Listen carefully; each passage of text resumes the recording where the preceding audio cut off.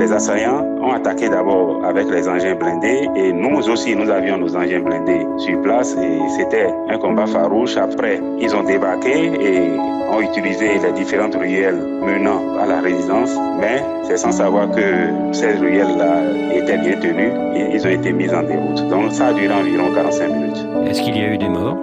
Oui, je ne peux pas savoir combien de morts il y a eu de leur côté. De notre côté, nous avons eu un seul mort et un blessé. Alors c'est une fois qu'ils ont été repoussés par vos hommes que ces mutins se sont dirigés vers la télévision d'État. Exact. Après avoir échoué dans leur plan de capturer ou d'éliminer le président de la République, ils tenaient quand même à dérouler le plan qu'ils avaient. Donc ils sont allés à la télévision nationale où ils ont, dans la précipitation, fait passer ce message que vous avez vu. Et pendant qu'ils étaient en train de passer le message, nous, on est passé à la contre-attaque, à la contre-offensive.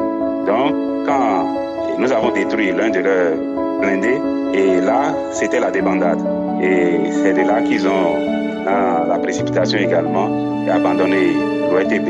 Et nous avons, dès lors, avec le soutien, le renfort des unités voisines venant de Ouida et de Dessa Alada, nous avons repris possession de la télévision nationale et les mutins se sont ensuite retranchés sur la base de Togben qui est située à 10 km environ du centre-ville de Cotonou. Et alors là, c'est pendant plusieurs heures un face-à-face, non ? Entre vous, les loyalistes, et eux, les mutins, sur la base militaire de Togben. Et à ce moment-là, qu'est-ce que vous décidez ? Est-ce que vous faites appel à des amis, notamment venus du Nigeria, c'est ça ? Premièrement, dès qu'ils se sont retirés dans cette base, nous avons encerclé la base. Et notre première idée, c'était de monter assaut sur la base. Mais au dernier moment, vu que la base se situait en plein milieu d'agglomération et nous étions en pleine journée, il ne fallait pas créer des dommages collatéraux.